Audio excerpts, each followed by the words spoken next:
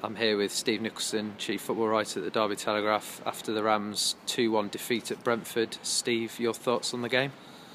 Well, I don't think Derby handled the game very well, and we have to say that. We praise them when they've been winning, but today I don't think they handled it very well. And Steve McClaren's just said they've not handled being top very well.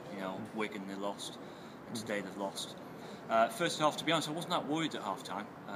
Scored a fantastic goal. Craig Forsyth showing a bit of his form from last season, got forward, a lovely ball in, and Chris Martin's finish was excellent. 12 goals for the season. So, and at that stage, Brentford finished the half, they finished the half strongly, but Jack Butland hadn't had a save to make first half, so I really didn't see any great danger as long as Derby handled the second half properly.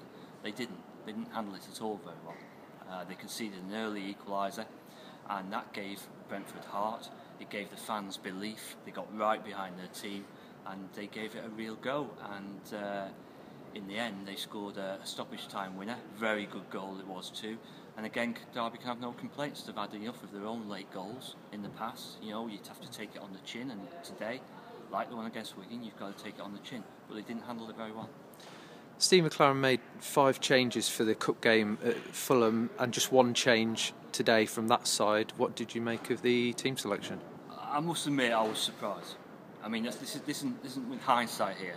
Talking before the game, I was surprised he only made 1 change.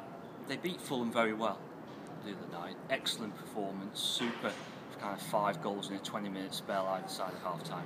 But it was a very young Fulham side, so once they pulled one back against Fulham, you knew that they were going to go on and win the game. So today he made 1 change. I mean, Will Hughes didn't start. I mean, I'm a massive fan of Will Hughes. If today was going to be a football game, and this is what was mentioned before the game because of the way Brentford play, then surely you have Will Hughes on the pitch because the boy's a footballer. Also, John Eustace, I would always have him as a holding player in midfield, certainly in away games and probably in home games as well. I just think his discipline, his experience, his balance to the team allows the others to play.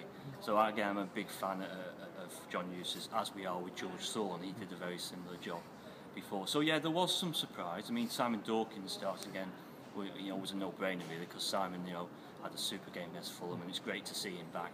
But yeah, I was a bit surprised that that was the team that went out there.